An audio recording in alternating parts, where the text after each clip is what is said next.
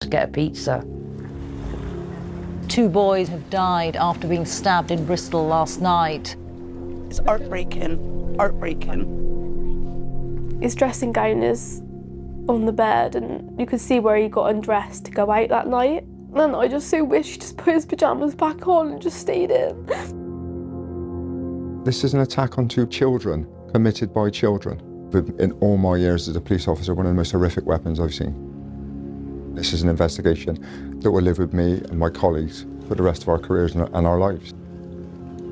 What we are told is that one of the boys was living on this street, so it really has hit people here hard. I managed to sit down in front of him and he knew I was there. He knew I was with him, but he was so pale. He was very pale. He just kept saying to me, "Mum, I want to go to sleep." Try and keep the kids. You try and keep your child safe. But obviously, someone, took him.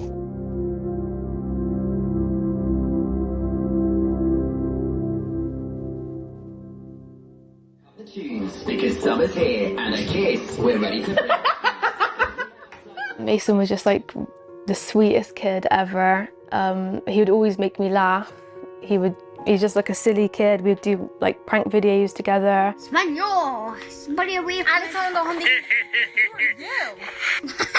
And like just typical brother-sister relationship. But he took it always the next level and he would always have to try and go a step ahead and try to like make my day just full of fun.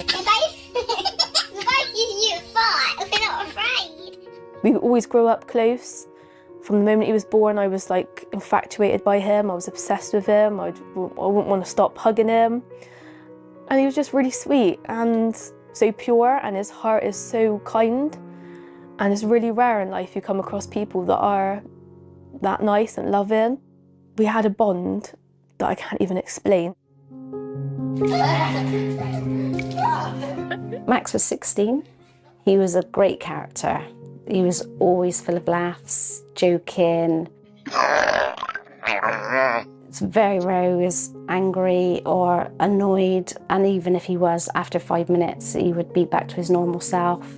He was loud, clumsy, very tall, but he was also very kind, gentle, very loving, very respectful. He was just a beautiful kid. He was definitely a mama's boy.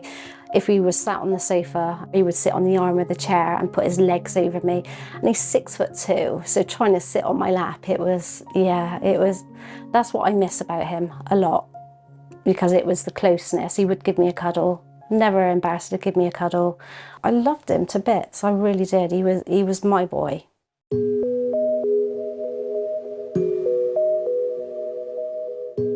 Max and Mason grew up in South Bristol in Knoll West. They were best friends, going through nursery, juniors and secondary school together. They both joined us when they were in year 7. That was back in September 2018.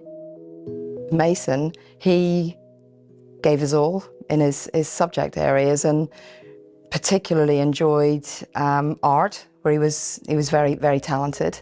And he enjoyed his food technology. Then Max loved his football and he was more into his maths. And he had a flair for maths. I know I taught him. They were just a good team. Like Mason was the quiet one, Max was the loud one. So I think Max brought Mason out of his shell. It was just a nice friendship.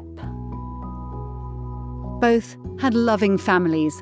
Max was the youngest of 4 and Mason the youngest of 3. During the pandemic, Mason's dad, Shane, died from COVID. Mason was just 13. Me and his dad was very protective of Mason. He never went out Mason. He was just PlayStation mad. I think Mason was playing the PlayStation when he was 3. But I thought, well, if he's in the house, he's safe. Always on the PlayStation, always chatting to each other on the PlayStation. What I would give to hear his voice now, shouting down the PlayStation.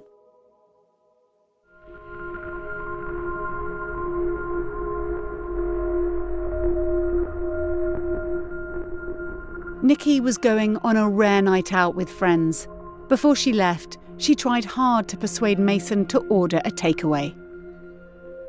If he'd have just said to me, I go, all right, Matt, I'll get that McDonald's now, I think this would have happened. And this is why I think, I wish Mason, I sat there and think, Mason, I wish that you would have just, that poxy PlayStation, instead of saying, oh, I'm on a game, I can't play, I'm busy. If you'd have just said, oh, to his mate, hang on a minute, I'm going to get an Uber, I'm going to get McDonald's delivered, I'll be back online in half an hour.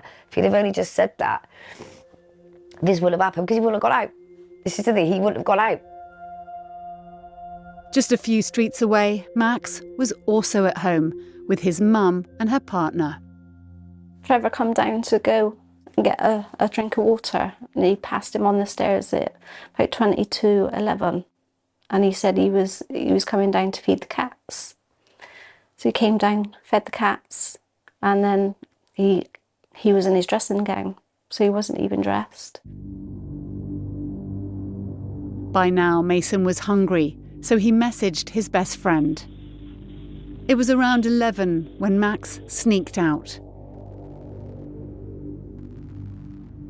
That's the saddest thing. When he left the house, he locked the dog in the kitchen, and he took his key with him, he took his phone, and he didn't know that would be the last time he'd walk out the house. Mason was quick to answer the door, every second caught on the CCTV cameras outside his home. There's a car in the street. It passes them. At the wheel, 45-year-old Anthony Snook, with 4 teenage passengers armed with a sword and machetes. So I think weapons is probably a more accurate version than knives, because these weapons are, in fact, one of them is a sword. It's a sword that is intended to cause serious harm. It's a horrific weapon. Probably in all my years as a police officer, one of the most horrific weapons I've seen. Max and Mason don't notice the car, but everyone in it is watching them. It makes a U-turn at the end of the street and comes back. Suddenly, the 4 teenagers jump out and chase the best friends.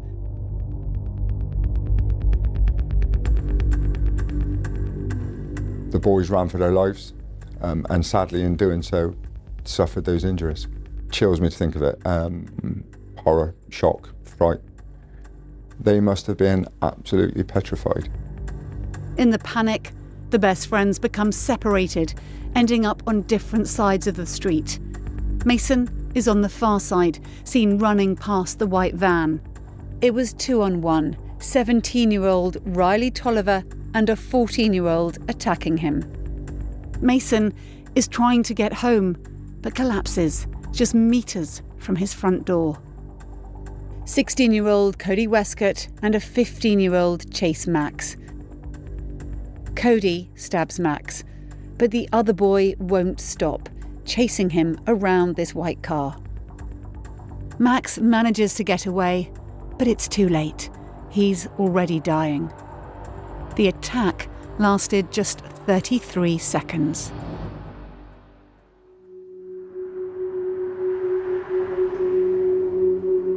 A car pulled up outside my house, and Max's friend was shouting out, "Leanne, Max has been stabbed." And I said, "No, he's not, he's in bed."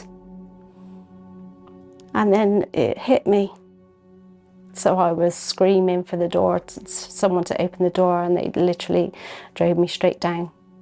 I said, "Max, Mum's here." He heard me, he opened up his eyes. He said, "Mum, I just want to go to sleep."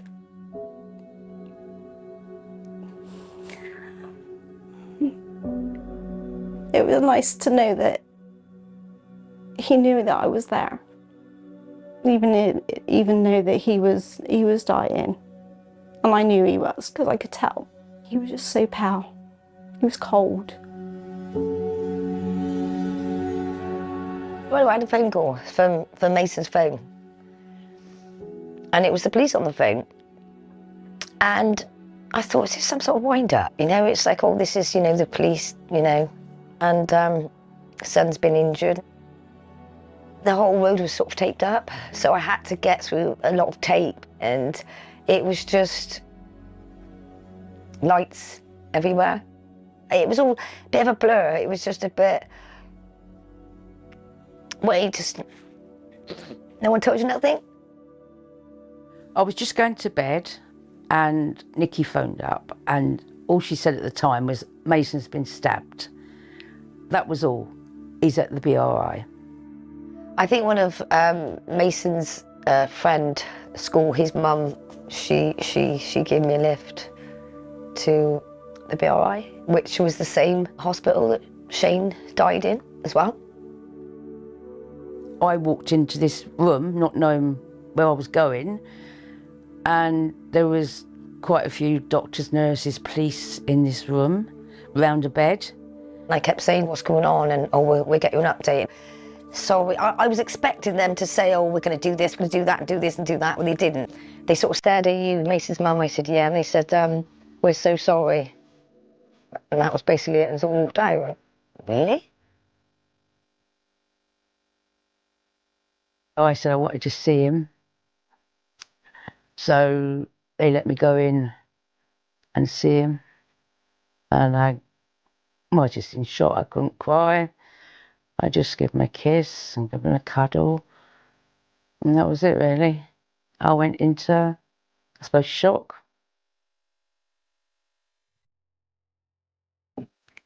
So it was literally when we got to there, they allowed us to go and see him. They were still working on him when I walked in the room. And then they stopped.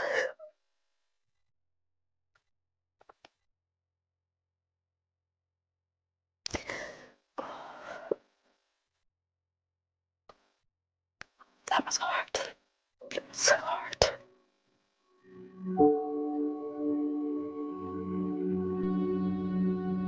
By the early hours of Sunday morning, at two different hospitals across the city, Max and Mason had both died, within 15 minutes of each other. Remember it vividly. It was a Sunday morning, or it was the Sunday morning. It was around about 8:30, and my vice principal called me, and she said, Vic, I've just got off the phone to Leanne, which is Max's mum, and all she could say was, he's gone. We come home and the whole road is cornered off, so you can't get in, you can't get down the road. And I just saw my brother's coat in the middle of the road, and I knew it was his coat because it was his favourite coat, but it was all like ripped up. And I ran straight to his room to see if he was there, because I was like, yeah, he's definitely there. And then I opened the door and he wasn't there. It's like, I was just like, I couldn't figure out why he wasn't there.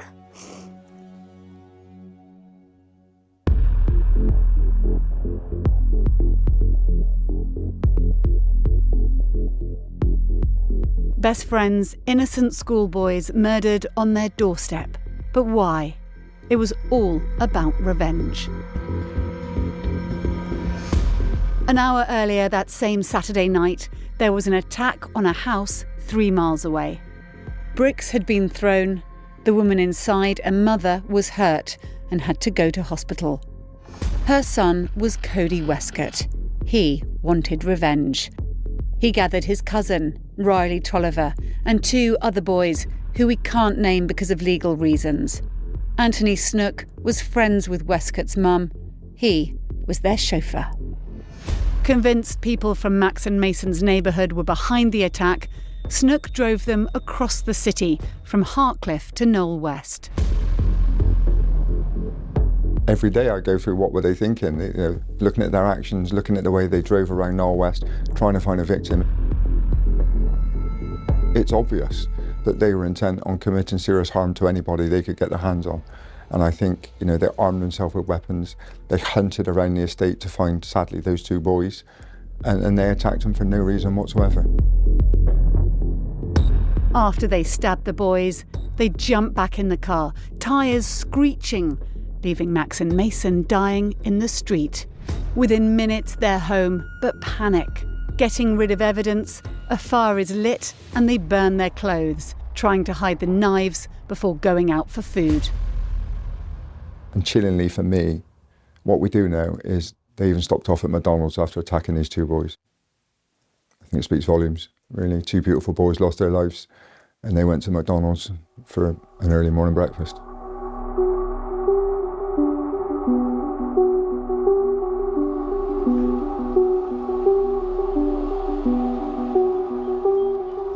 The police wasted no time trying to find the killers. So this attack happened at 11:15. It was a very, very quick attack, 33 seconds in total. The first call to the police came 4 minutes after. Within 10 minutes, we'd identified that vehicle. Within 59 minutes, Anthony Snook was in custody. Once we had Anthony Snook, we had a foundation for the investigation, and we just built from there. Mr. Snook, can you just listen to my colleague a minute? Is that okay? Hello. Anthony Snook has just been arrested. So I'll be placing you under arrest for murder, 1 count of murder, so you don't have to say anything. But en route to the police station, they get a call from the hospital. Mason has died. So the circumstances are still the same. Your vehicle was linked to where the stabbing has taken place, and subsequently someone has been murdered, all right? Then a second call. Max has now died. Before we get out, you're further arrested for another count of murder, okay? So you don't have to say anything, but it may harm your defence if you do not mention when... Snook admitted he was the driver, but said he had nothing to do with their plan. So I mean, they're screaming in the car at me, stop. Didn't know they were going to jump out, didn't know any weapons was in the car. I had no intentions, so none of it. I didn't have any idea of it. And I was abused that they put me in that situation, you know? The 4 teenagers were unknown to the police. We didn't get to interview Anthony Snook until sometime on a Sunday afternoon, but he wasn't forthcoming and giving us any names. By the help and support of the community, we were able to narrow it down quite quickly. We were able to identify certainly 2 of the individuals, and then good old-fashioned detective work led to the other 2. Today, 2 boys aged 15 and 16 were arrested on suspicion of murder. They knew we were coming and we weren't going to stop until they were in custody. A number of doors, countless doors, a number of addresses were searched, and we were simply chasing them down until we found it. Righty, listen fella then, all right, so time is 4 days after Snook was arrested, there was a knock on the door for the oldest boy, Riley Tolliver. Do you say maybe just listen, all right? Yes, of course, Captain. So just by the end of the week, all their killers had been caught. Has received naming you along with others as being responsible for the murders of Max Dixon and Mason Wrist on Saturday 20. This is an attack on 2 boys that were unconnected, 2 children that were unconnected, committed by children. You know, in my police service, thankfully I'll never have an investigation like this to investigate again.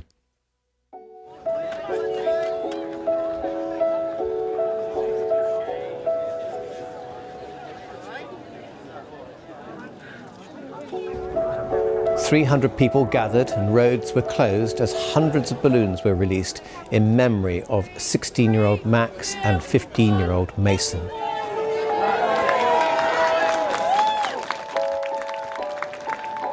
Bristol was a city in shock.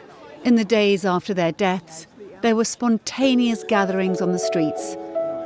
This world is never ever going to be the same without them. 4 days on, Max's mum, Leanne, addressed the crowds. And I don't want anybody else to go through what I've going through and what Mason's mum is going through. But I just wanted to say thank you, and I do appreciate it from the bottom of my heart. Thank you, and I'm just... Thank you. It's that big word, the big M word, murder. They were taken from us. We wasn't prepared for it. Mentally prepared, which is very, very difficult. At the boys' school, the pupils held a spontaneous vigil.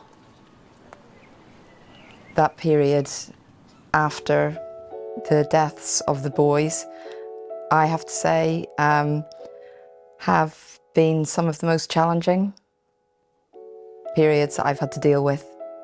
It's one of those things that you're never trained to know how to cope with. You know, nobody prepares you to say, when you're standing up to lead an assembly to share the awful news that 2 of our young people have been tragically murdered, and you're partway through a message and you're overcome with emotion. Well, Ashton Gates is paying tribute to Max Dixon and Mason Rist. And Bristol City and Leeds United football fans came together to remember them.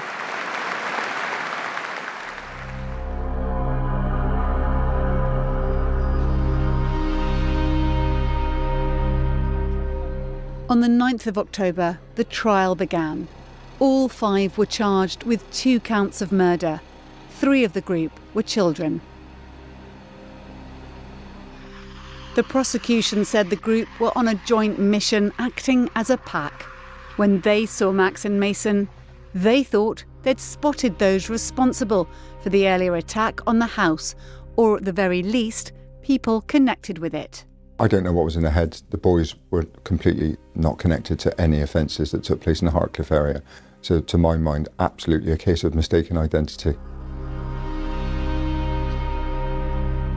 The court heard how Mason, who was stabbed once in the back and then in his chest, suffered unsurvivable injuries. Max was stabbed once in his abdomen and had instant severe blood loss. I'm a human being, I'm a parent. These were 2 boys going about their business. They were boys just out being friends. But these boys were cut down in the prime of their lives, and that's a horrible word to use. But they were attacked with swords for no reason whatsoever. After a trial lasting 5.5 weeks and 3 days of discussions, the jury came back. Today at 6, 4 teenagers and a man in his 40s are convicted of murdering 2 teenagers in a case of mistaken identity. Max's mum Leanne had her head in her hands as the verdicts were given. Mason's mum Nikki cheered as the first one was read out. We thank the jury for having to see what we've seen, and we thank them for coming to the correct decision as far as we as a family are concerned. There are no words to express how thankful I am to everyone. I will be forever grateful to them. It's just, I wish we didn't have to be here today, but we've got some sort of justice for our boys. So thank you, everybody. Snook was first to be sentenced on the 19th of November. Today, Snook remained emotionless as the Honourable Mrs. Justice May sentenced him to a minimum of 38 years in prison. He was the car driver. He could have made decisions that would have effectively stopped this from happening. He drove those 4 individuals, all armed, trying to find victims. For me, he is so influential on the decisions made. He was the adult that could have changed the course of this incident. Snook will probably die in prison. It doesn't matter if someone gets 50 years, 100 years or 2 years, it's not going to bring him back. These people have still got their life. I think, personally, you know, you do a life is a life, which means that you, whatever age you are, you've committed that murder, you go in there and you die in prison. You don't ever come out. On December the 19th, the rest of the group were back in front of the judge. Riley Tolliver had turned 18, Cody Westcott now 17, and a 16 and a 15-year-old. We can't reveal their identities because they were too young, but the judge did decide to name Westcott as he was the main ringleader. How scared Mason and Max would have been being chased by 4 boys they didn't know, boys who were carrying those long knives. Mason being stabbed and dying outside his front door where his mother has to walk every day. The 16-year-old was told he must serve a minimum of 18 years, the 15-year-old at least 15 years, Riley Tolliver and Cody Westcott a minimum of 23. Nothing can bring Mason and Max back. No sentence which this court passes can lessen the sense of loss and grief caused to their families, nor does it represent in any way the value of those young lives. Cody Westcott waved to Max and Mason's families as he was led away. Today, Riley Tolliver, Cody Westcott and 2 other teenage boys were sentenced to 2 life imprisonment each. Collectively, with Anthony Snook, they will serve a total of 118 years. This is a desperate case with no winners. 4 children will spend the rest of their juvenile life and most of their adult life in prison. And 2 families will not celebrate Christmas with their sons. I'm still very angry with them, but I still think they're lucky because they're alive. Their family can get to see them, they can get to talk to them. I've not got that privilege anymore. It's justice, that's what they deserve, but it still doesn't take away my pain.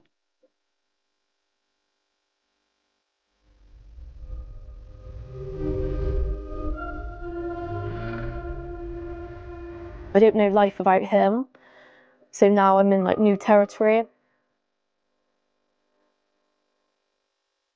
I go into his room and he's got like a dressing gown that smells just like him. Like his headset is there, his like controller's there, he loved playing his game, and life just feels unfinished. It feels like it's not done yet for him. It's still like that's not it for him. Like he's gonna come back and play his game, do his coursework, and it's like he's on holiday somewhere, like he's had a break and he's gone somewhere, he's coming back. I don't think there was one person in this building that wasn't affected by it, even when you just think 2 members of our team aren't here anymore. And it doesn't matter whether or not you're a year 7 who potentially has never met Max and Mason or come across them. They're still part of Team John Williams, and we're 2 players down.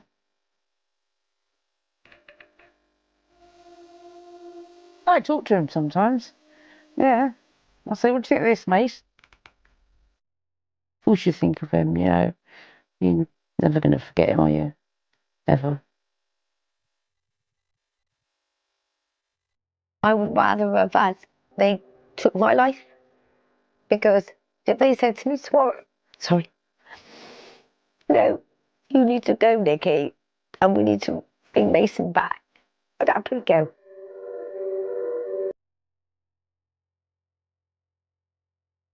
It's hard. It's very hard. I don't feel like I'm a mum. I feel like I've lost being a mum, if you know what I mean.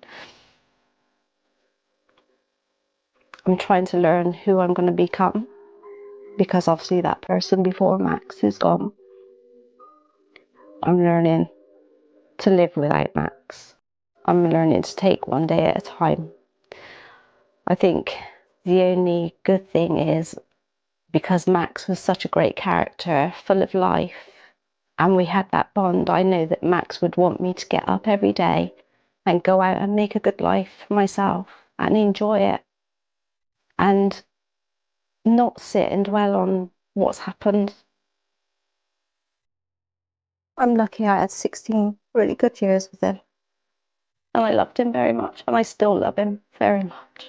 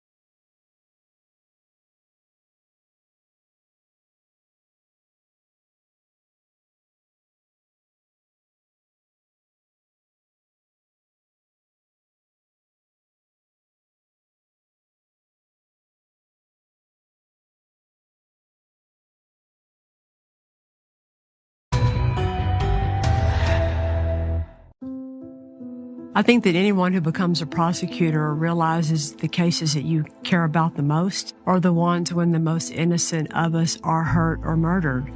If you can't protect them, then what are you doing? My grandma was 99 when she passed away, and I remember thinking, oh, she's super safe. When she went to her retirement home, nothing can happen to her. You have to feel that way. You need to feel that way. But in 2018, law enforcement officers around Dallas, Texas, happened upon a serial killer that was preying on a world of very vulnerable victims.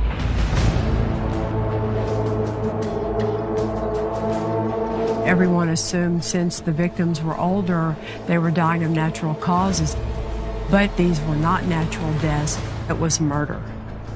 And the killer was able to take the lives of over 20 people. Police say they plan to review every single death of an elderly woman in the area where there was no witness.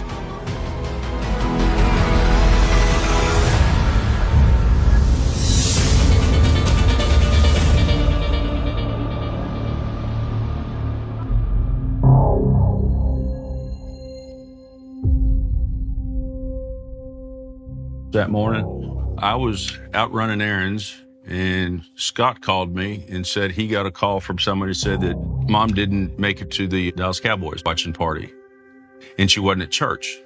It's terrifying when you get that call that somebody who's very reliable, who never missed a Cowboy game in the history of the Cowboys, was missing church, missing her friends, missing that Cowboy party, and not answering her phone. You panic.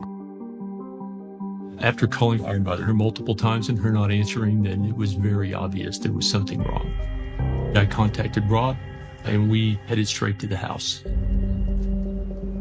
I was the first one there, unlocked the door, called for her, ran through the living room, and I saw her feet sticking up on the side of the bed. She was really pale, and her arm was across her face. I took her arm across, and her glasses were all messed up. She was unresponsive, dead on her bedroom floor. I'm just in shock. 2 weeks before, the doctor said, perfect health, you're gonna live another 20 years. What happened? Your brain's trying to process that this woman that you'd spent Christmas with a week before is laying crumpled on the floor, dead. Rob stepped out to call 911. This flood of people to start rolling in. First responders, the EMTs, then the police show up. The detective had told me they've looked her over. They don't see any signs of a struggle, no bruising. They turned her back. Everything was fine. We asked the police, hey, we noticed that she was missing her rings on her fingers, her wedding ring and then the ring that my dad got her. That she never took off. These were fixtures, and they were gone. And they say old people hide stuff. The police didn't think there was any foul play. It was natural causes. Our mother was very engaged in church, very supportive of the community. She was a very positive person. She was very optimistic. Things were always going to work out, keep a positive attitude, look to the future, be nice to people. Things tend to work out. That was kind of how she lived her life. Sweet, sweet lady. Couldn't have asked for a better woman to raise us, to be there for us through our entire lives.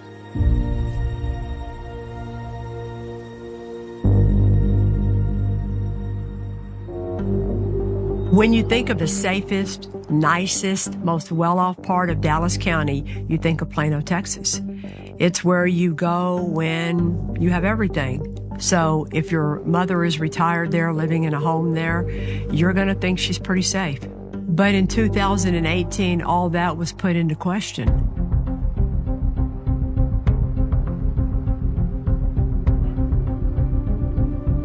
Plano 911, what's the emergency? We have a neighbor that we cannot awake. Okay, is she Yes, breathing? she is breathing. Okay, and how old are they? She must be almost 90. Okay. We can't wake her up. After the paramedic spoke with Mary Bartell, he felt there was something more to this story, and he wanted an officer to investigate this. I responded to the hospital, spoke with Mary Bartell, introduced myself to her, and asked her if she would tell me in her own words what had happened. At around 8:30 in the morning, she walks to her front door after hearing constant knocking. As she was going to the door, this suspect pushes his way in. First thing she sees and focuses on is his green gloves. He told her to go to the bed, and she just complied. When she got to the bed, he pushed her down, grabbed one of her pillows from her bed, and put it on top of her face and chest and just pushed down real hard. Mary Bartell thought she was going to die. That's the last she remembers.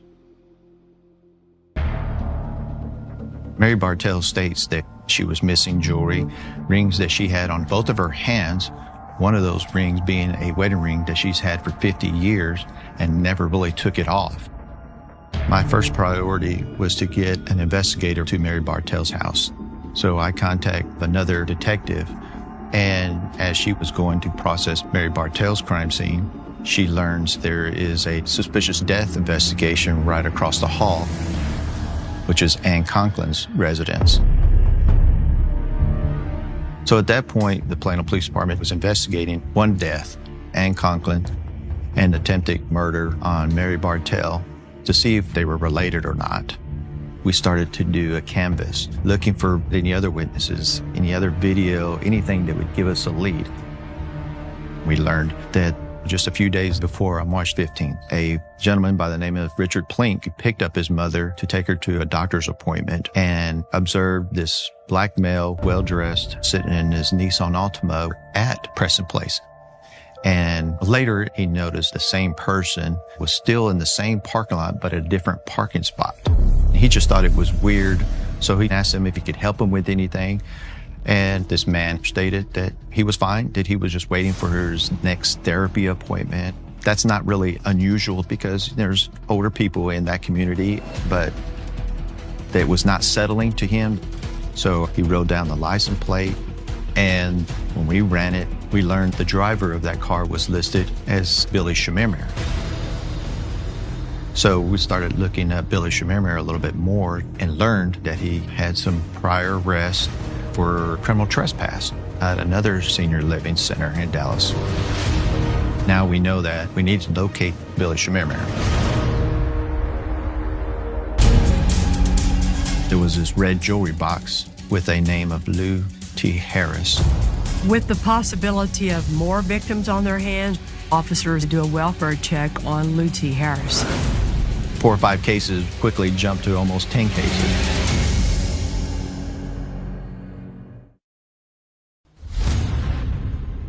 An attack on a 90-year-old woman named Mary Bartell leads police to the connection of another case that might be related in another part of Dallas, where a suspect named Billy Schmiermeyer had a prior arrest for a criminal trespass at another senior living facility 2 years earlier.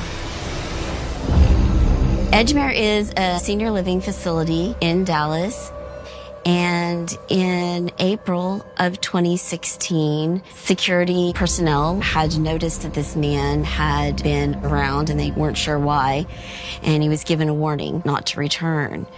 Then he did return in June. This man is stating that he was a healthcare worker involved with the location, which ultimately was not true. And Dallas PD identified him as from Billy Schmiermeyer. He had no affiliation with that location and was given a criminal trespass. So we had started looking at Billy Schmiermeyer a little bit more. Billy Schmiermeyer is an individual who came to the United States in the early 2000s from Kenya, who had a visa for a short period of time to be here to work and got into the healthcare business as a caregiver.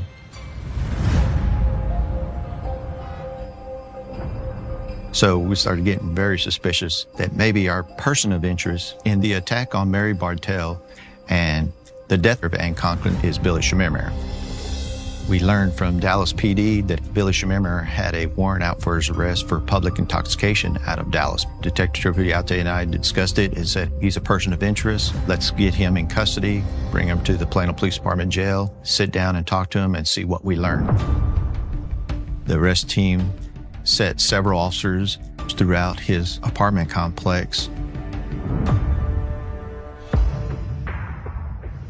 A person who we believe to be Billy Shemermer drove in around 6 p.m. We had a detective near a dumpster. Billy Shemermer drives to that dumpster and then discarded some items. He was able to see Billy Shemermer get back into his car and drive to his assigned parking space. They went up to him and made the arrest. And when they extracted him out of the vehicle, on his person, Billy Shemermer had some jewelry, bracelets, some $2 bills. As they detained him, they went and looked at the dumpster to find out what did he discard. There was this red jewelry box, and it had miscellaneous items with a name of Lou T. Harris. With the possibility of more victims on their hands, while Billy Shemermer is being detained, officers do a welfare check on Lou T. Harris, who lives in the Dallas city limits, which borders Plano, Texas. Upon our arrival, we were told by Dallas PD that Ms. Harris was located inside the residence. The residence was secure, and she was found deceased next to her bed. Everything appeared to be natural. We discussed with Dallas PD deployment that we were investigating, specifically Mary Bartell, and that the likelihood of the weapon being a pillow, because that's what Mary Bartell described her weapon to be. They went back inside and found a smeared lipstick on Lou T. Harris's pillow. We also informed them that we found a set of keys in the center console of the car that Billy Shemermer was arrested out of. And they confirmed that the keys go to her front door. At that point, they agreed based on what they found and our investigation with Mary Bartell, it was decided that Dallas PD Homicide needed to get involved. I'm feeling a lot of fear and panic because we've never had police presence on our street. One of the neighbors told me Lou T had been murdered. To think that something like this would have happened to Lou T was beyond sad. Lou was friendly. She was funny. Lou T. Harris is a fascinating woman. She had grown up in Vietnam, and she was actually airlifted out of Saigon when it fell. She married an American man, and she made a life for herself here in Texas. In 2018, Lou was living by herself. Her husband had already passed away. So you never really thought about, we need to make sure if she needs something, because she always gave you the complete sense of independence. The day after the arrest of Billy Shemermer, my partner and I go to Dallas PD and go speak with Billy Shemermer in their interview room. Detective Rubiarte. Plano Police. How you doing? Yeah. Martinez. You guys Billy Shemermer was just like a happy person, not a worry. been a busy night, hasn't it? It is. It is. When Billy Shemermer was initially arrested, it was only for a Class C public intoxication, but that allows them to take him into custody and ask him questions about anything they want to. At some point after that, if they believe there's enough evidence to charge him with something else, they can. Those people scared me yesterday, the officers. I was like, I thought that looked like a movie, and I was like, is this real? Oh, it's real. No, and Our thought process going into this is we're not going to probably get a confession from him. that's what I'm saying. Yeah, We just wanted him to talk and see what nuggets of evidence that we could use against him. You're telling me that your phone stays with you?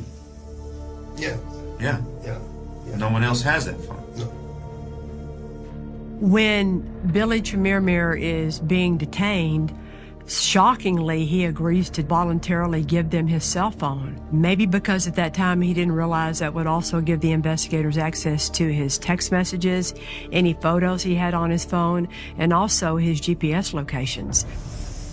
So Monday would be the 19th. Yeah. Or what'd you do that morning? Oh, that morning I went to meet this guy on, I had a ring and to sell to this guy on, they're on 75 and Coit. There's a Starbucks there. March 19th, when Mary Bartell was attacked and possibly Ann Conklin, he told us, he did go sell a ring. He went to Starbucks. but stated up and down that he was never at Preston Place in the morning. He was at home at the time. You know the Preston Place is basically adult living center? Your phone is telling us that you're there too. No. When we did legal process and got his cell phone records and got his location data, that was absolutely a lie. If you're involved in this or not? No, I'm okay. And he was professing that he was innocent, not worried that he did anything wrong, that evidence was showed that he did nothing wrong. And it was like, okay, do you mind giving us your DNA? Are you allowing us to get the buckle swab? Yeah. Okay. You okay with that? Voluntarily giving that to us? Sure. Make sure you're okay with that. I am very okay. Anything in there, fingerprints, lie detector test. Okay. After talking to Billy Shamir Mir, he was charged with the capital murder of Lou T. Harris and the attempted murder of Mary Bartell. I want the truth. I don't even need a lawyer, and I did not do any wrong.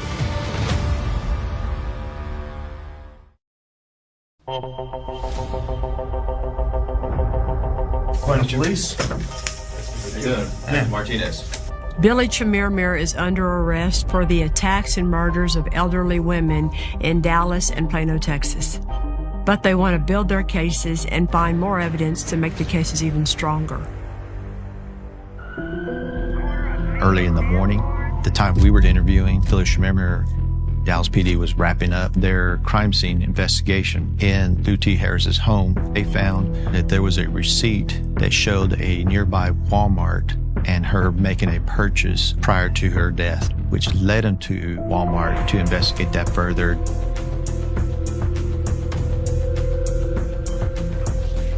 And learned that Billy Shamir Mir was also at that same Walmart just prior to Lou T. Harris being killed in her home. It is suspected that Billy Shamir Mir is at that Walmart hunting for victims. He's scoping out Lou T. Harris, doing some surveillance on her, looking for opportunity, and to determine if this is going to be someone he can victimize. As you have detectives working on the cases in Plano and in Dallas, the investigators become aware of yet another case in Richardson, Texas. Mary Brooks died 2 months prior to the first cases. Mary Brooks was an 87-year-old woman who was living in the Dallas area. On January 31st, 2018, Mary Brooks's grandson gets a call from his mother, who's worried about her mother, and she asks him to check on her. And the grandson found that his grandmother was dead. I was just going to do one last look at her just to make sure I didn't see any suspicious wounds or anything.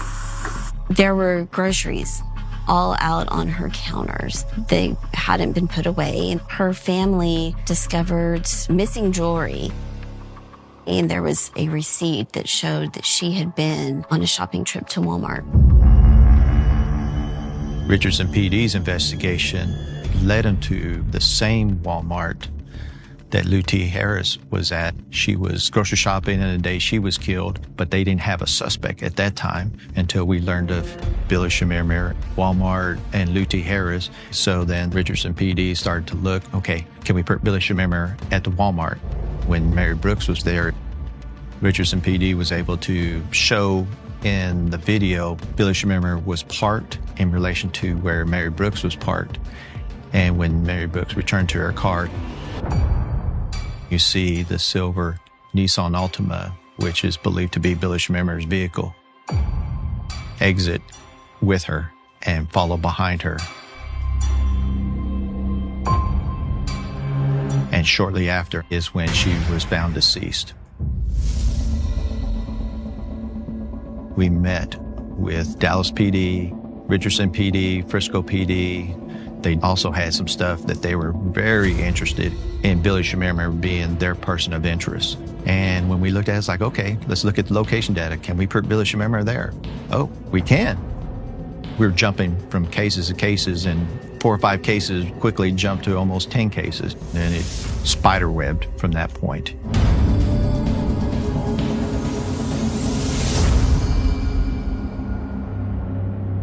On July 16th, 2018, there was a phone message from a task force that was investigating a killer who went around to independent living properties. My mother, Doris Gleason's death was being investigated as a homicide. It took my breath away. On Sunday, October 30th, 2016, I drove over to pick my mother up for church. I get to the door is unlocked. I walk in and see her on the floor over by the dining room table, and she was gone. She was 92. I felt shock, sadness, a bit of devastation. I had never experienced a death like that. And then when I hear that Mama had been murdered, I am floored.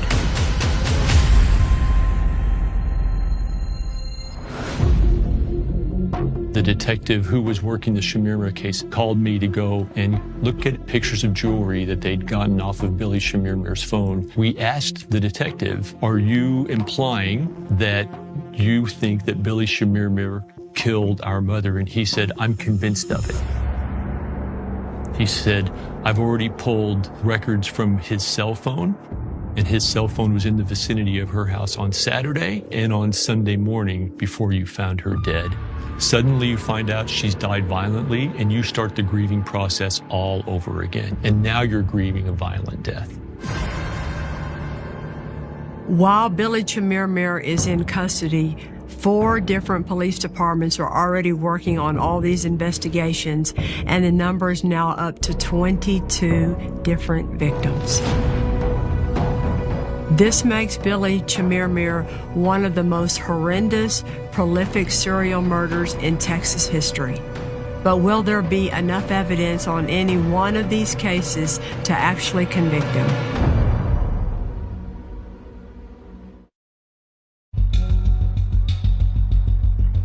When the case first came into our office, there was talks about that we might have a serial killer that is preying on elderly individuals.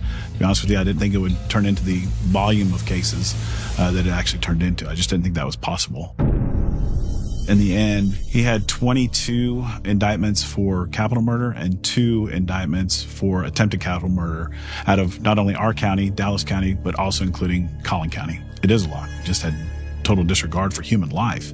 And then judicial economy, in the end, you can't try all of these cases. We had what we believed the strongest case with the Lou T. Harris. Mr. Shamirmir was found with her property hours after being with her. We went back and found him at Walmart at the same time. And so that became a very strong case for us circumstantially. Having Mama's case not being tried was incredibly frustrating, but I also recognize the need for the strongest case. The goal was to get those convictions. And if that wasn't my mom's case, then okay.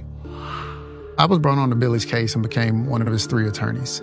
I was intrigued in regards to the facts and allegations in and of itself, and then just the sheer number of indictments that were coming out against Mr. Shamirmir. No matter the number of indictments or charges against him, he's simply accused. And that's what we have to make the jury aware of, is until they decide something different, meaning that the state has proven its case to each and every one of them beyond a reasonable doubt. He's just simply accused of these offenses. The challenges in this case are, let's be honest, the amount of evidence was overwhelming. Was it circumstantial? Yeah, but what a lot of circumstantial evidence. That being said, you still have to present that evidence very understandably, very concisely. And the other big challenge you always have is you still have to pick your jury, and you better not pick one bad juror. Our goal in this case was to see that Billy Shamirmir died in prison.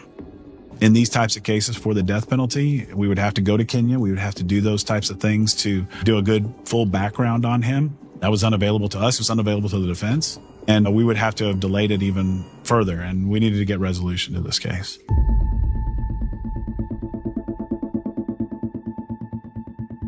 In the morning, jury selection will begin in Dallas for the trial of an alleged serial killer. That is Billy Shamirmir. The pandemic is going to prevent victims' families from witnessing his trial in person. The whole scenario was just different. We were not allowed to have anybody in the courtroom that was not part of the trial. The victims' families, they couldn't face the person who had done this to their loved one. They had to watch it like everybody else did through closed circuit television. If I'm on a jury in COVID time and the family members have to come in one by one with masks on to testify, that's not going to have the same impact as seeing a courtroom full of cops and victims' family members and people watching the trial. They didn't get the real feel of anybody's pain or anguish or frustration. In opening statement, I really just want to tell the jury kind of a glimpse of what they're going to see, what they're going to hear, and how I believe the case is going to be set out. Ladies and gentlemen, this is a case about stalking, smothering, and stealing. When it came time to presenting evidence to the jury, we really wanted to show that there was a close connection to Billy Chemirmir and Miss Harris. When the Plano Police Department arrested Billy Chemirmir, he had in his hands the jewelry of Luty Harris. And I used family members to identify those items and say, yes, I recognize those as being things that she was wearing. Do you know any reason why she would get rid of these things? No, those were her personal items that she wore every day. We then present cell phone data showing Mr. Chemirmir's actions, placing him at locations that link directly to Lou Harris. We relied heavily on the FBI in putting together our mapping of the pattern of Billy Chemirmir on these days. Typically, he would go to a location where there is a victim. He would stay there for a certain amount of time, pick his victim, murder them, take their jewelry. Then he would travel down to a known location where you could sell these items and then head back home. On the cell phone records, we see here March 15th, March 19th, and March 20th. Yes, sir. So the response to this state, asserting that Billy was at these locations by way of the cell phone data, what their expert is able to say is that the device that they believe belonged to Billy Chemirmir was pinged or located in certain areas, but they cannot say that it was actually Billy himself. It's simply the device. The defense's strategy in this case, with the overwhelming amount of evidence that there was to try to create reasonable doubt. You try to poke holes in each witness little by little and argue reasonable doubt. In this case, you would think that's a stretch because there was so much evidence, but sometimes that tactic works. In criminal trials, using evidence of other crimes or bad acts is generally not admissible. However, it can be for limited purposes. In this case, it was more for motive and identity, since no one actually saw him kill anyone. But we wanted them to know that this same person with the same profile and the same similar acts had been with other women who were killed. This is the correct person. We have the right person. Would you raise your right hand, please? We decided to go with Mary Bartell because she brings to this case a voice for all the victims. She is the victim who survived, and she was able to tell her story through deposition.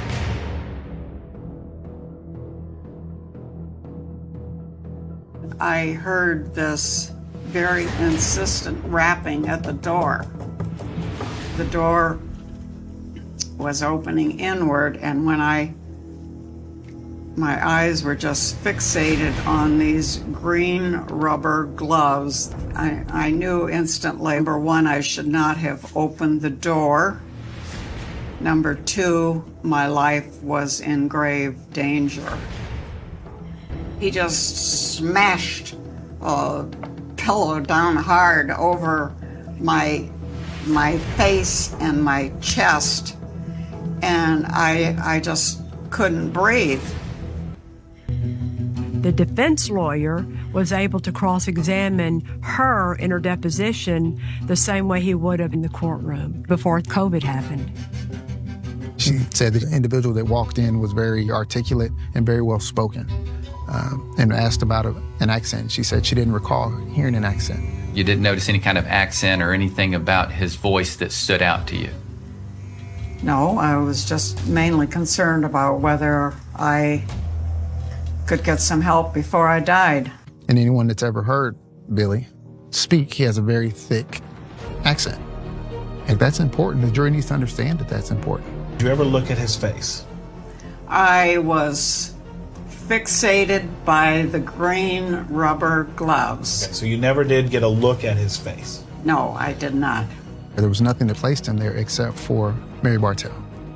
And so if you think she's mistaken or that credibility is not as high as what you would like it to be as a juror, then you set that case aside and ask yourself, is the evidence sufficient to prove that it was Billy beyond all reasonable doubt?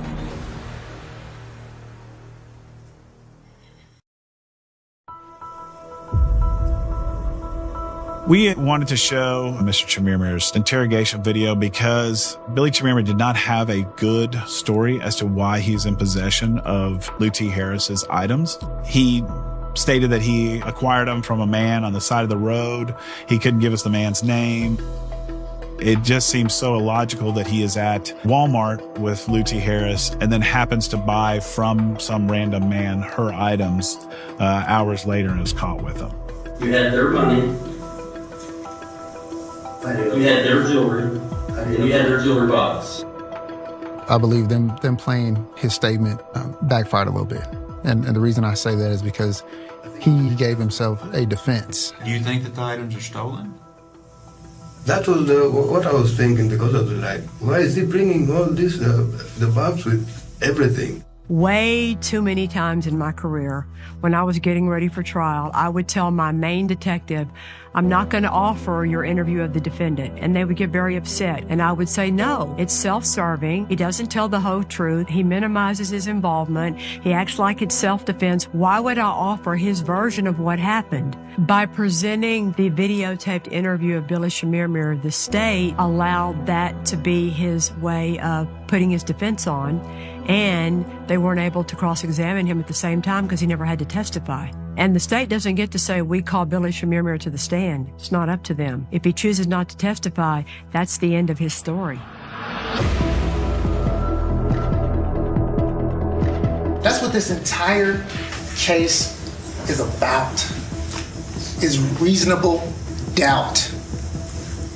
And it is rampant. There was so much evidence that they had introduced.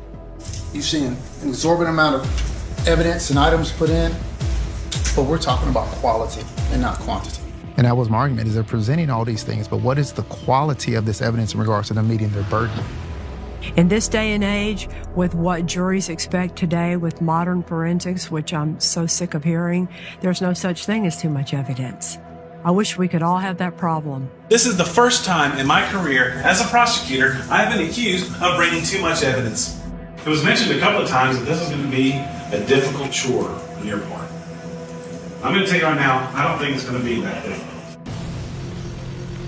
Once we concluded closing statements, the case is in the jury's hands. We just have to wait now for their answer. I happened to be there in the courthouse, and the evidence was so well laid out. So we were expecting 30 minutes later the jury to come back. And as that jury waited and waited and waited and then went home to come back the next day, we were very concerned. And it went a little longer and kept going a little longer. And I said, well, somebody's back there thinking. This case should have been a slam dunk, and you would expect a quick verdict. But it took over 2 days. The jury was still deliberating, and they still hadn't come up with a verdict. After several notes that were sent out by the jury, they were deadlocked, unable to reach a verdict. Judge Jones, we remain deadlocked at 11-1. After additional deliberation, we received no change. Then I moved and requested a mistrial, and it was granted. Mistrial has occurred, or a hung jury has occurred. We are just disappointed that they could not come to the correct and right, obvious, yeah. I don't have a word to describe the unfairness, the injustice.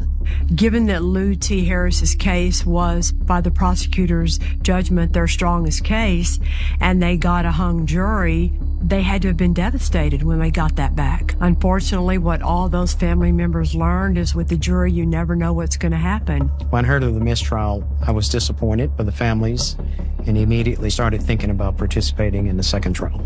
The elected DAs in big counties have a huge office to run. 300 lawyers work for them. So when the DA, John Crusoe, comes aboard to try the case with Glenn Fitzmartin, that's a big deal. We went into the second trial terrified of another mistrial. I think there was also resolve on the part of the families to come back and make sure that we did whatever we could to help the DA to close that case on the next time through. In the second trial, the COVID restrictions have lessened a little bit, so we're now able to put the courtroom back to the way we're used to it, where spectators are allowed in, family members are allowed in. The court was filled with so many families from other victims feeling like that may be their day in court, and certainly hoping for justice for Lucci, but also justice for their family members also. I've been licensed for 42 years, and I was a judge for 22 years, so I saw a lot of cases tried. To me, voir dire is probably the most important part of the case. Voir dire, it's not the glamorous part, but it's the part where you better not get it wrong, because if you do, one juror can ruin everything. In this case, I had to voir dire question a whole big group of people at the same time, and then to decide how many strikes they were going to use against how many people. So looking back after we had a hung jury, I thought that we could do better in the jury selection process. I think the art of jury selection is understanding what your issues and problems are and being able to fashion a voir dire that helped them understand exactly what the law was. For example, circumstantial evidence, and helping them understand that circumstantial evidence does not mean weak evidence, and committing to, if we prove the case beyond a reasonable doubt with circumstantial evidence, they could return a verdict of guilty. It makes me crazy that too many people think that circumstantial evidence cases are weak, because they're not, and they never have been, and they never will be, because every little piece points to the same thing, and every little piece is the truth. And when you put them all together, how beautiful can that be? The main difference in this trial is that you do not see the taped police interview with Billy Shamir. I didn't go to anybody's apartment. When they didn't play the interview at the arrest, that was a game changer, because that way he wasn't able to spew his lies without any cross-examination. During the closing argument, District Attorney Crusoe linked the evidence back to what he had talked to the jurors about in his voir dire in the selection of the jury. I told them we're counting on them to do what they promised under oath that they would do, and reminding them of the issues that we went over with them, especially circumstantial evidence. If you had said no, you wouldn't be on this jury. We brought you the evidence, and the only thing left is your job to deliberate, follow the law, and in our opinion, return a verdict of guilty. The argument it's still beyond a reasonable doubt, that it's extremely circumstantial. Argument is still that there's no direct evidence placing him in the home of Lucci Harris. There's no direct evidence placing him on the street of Miss Harris. There's no direct evidence even in the extraneous case that places him in Miss Bartel's home or neighborhood. At the end of all the closing arguments, I think there's a healthy amount of anxiety in everybody in the courtroom, especially the families, because they've watched this not turn out well a few months before. And for me, I know, because of 42 years of practicing law, that I have no idea what they're going to do.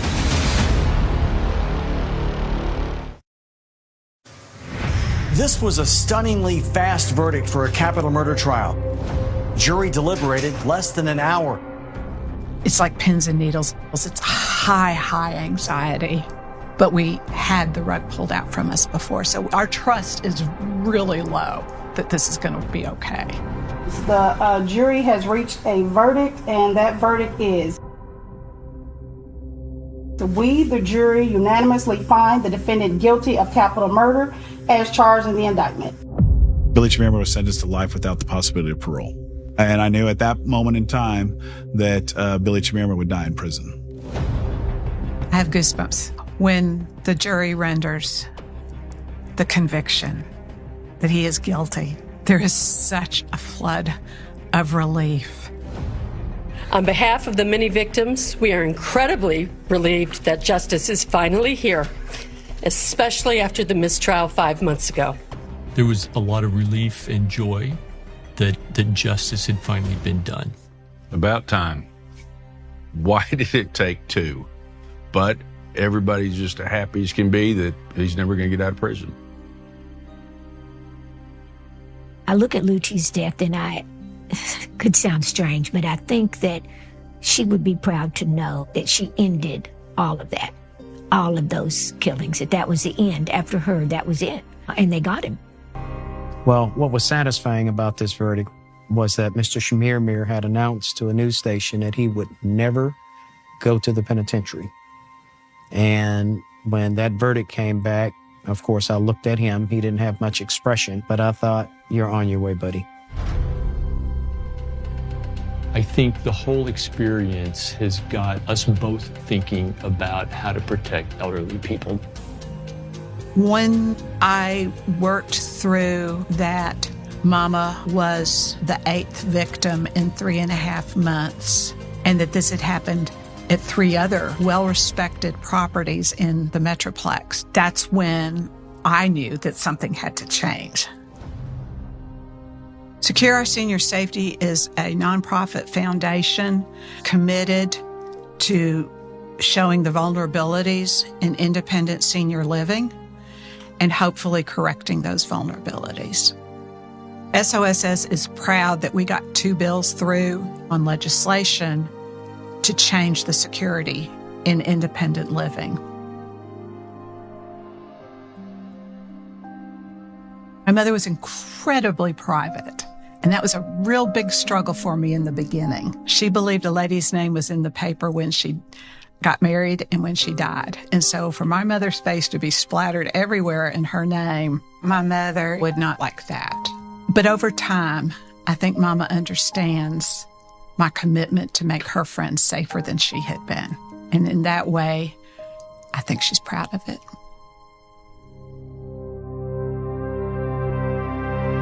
Can you imagine the impact and the horror that came on over 20 different families because of all the people that Billy Shamir Mir murdered? I think the good that came of this is that those facilities have made stronger safeguards. Some laws have changed to try and ensure that that keeps happening. And let's hope that when we have our grandparents and parents and even us go into places like that from now on, they're way more protected as a result of what happened in this case.